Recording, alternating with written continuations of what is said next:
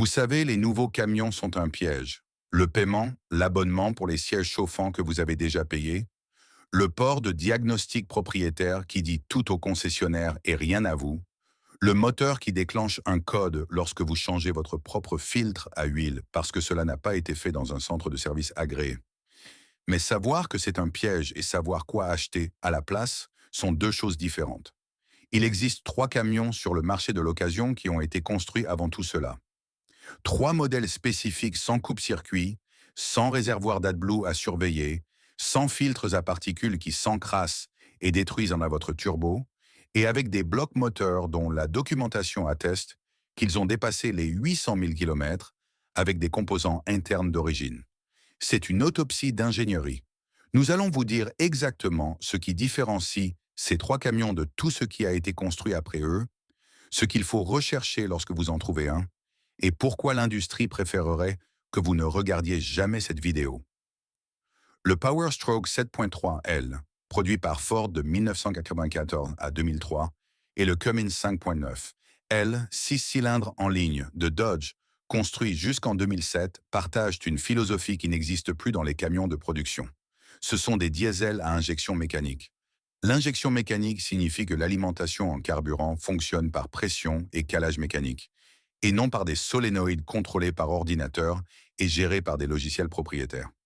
Vous ne pouvez pas accéder à un PowerStroke 7.3L avec la pompe d'injection d'origine sans vous rendre compte qu'il ne nécessite pas d'outils de diagnostic concessionnaire pour être diagnostiqué. Un technicien diesel avec un manomètre et un testeur de compression peut vous dire tout ce qui ne va pas avec ce moteur en se tenant à côté sur une allée en gravier.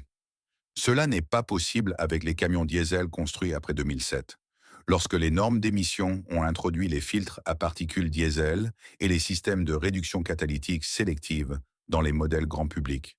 Le filtre à particules diesel piège la suie et doit périodiquement la brûler en injectant du carburant brut dans le flux d'échappement. Les trajets courts empêchent une régénération complète. Le filtre s'encrasse.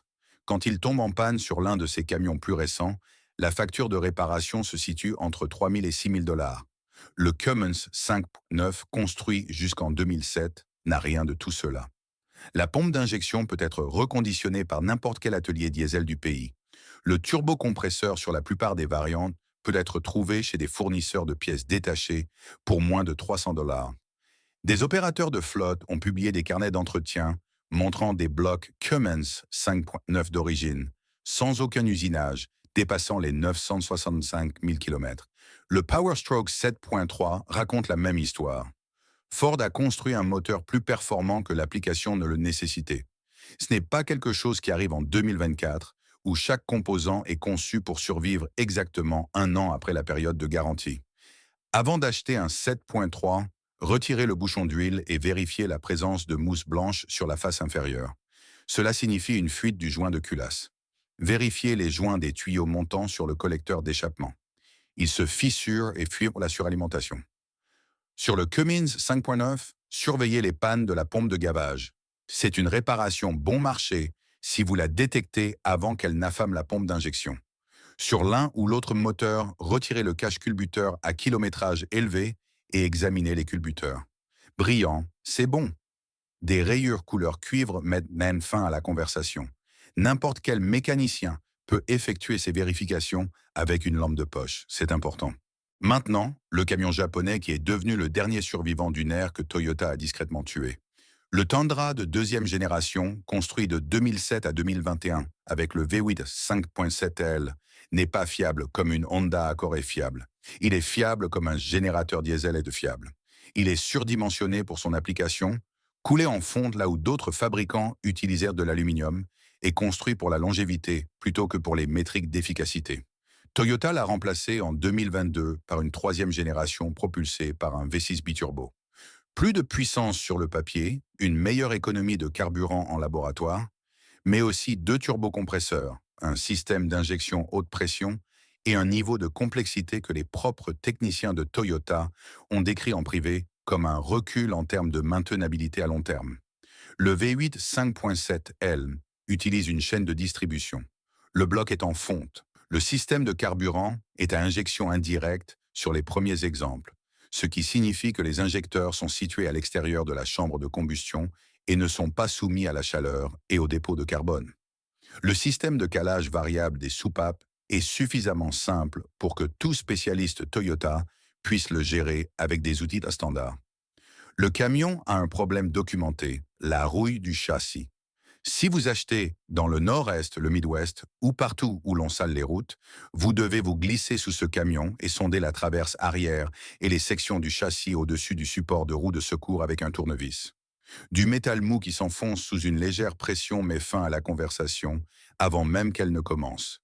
Un Tundra de deuxième génération avec un châssis propre, provenant d'un état sec, dépasse régulièrement les 320 000 km sans intervention interne sur le moteur.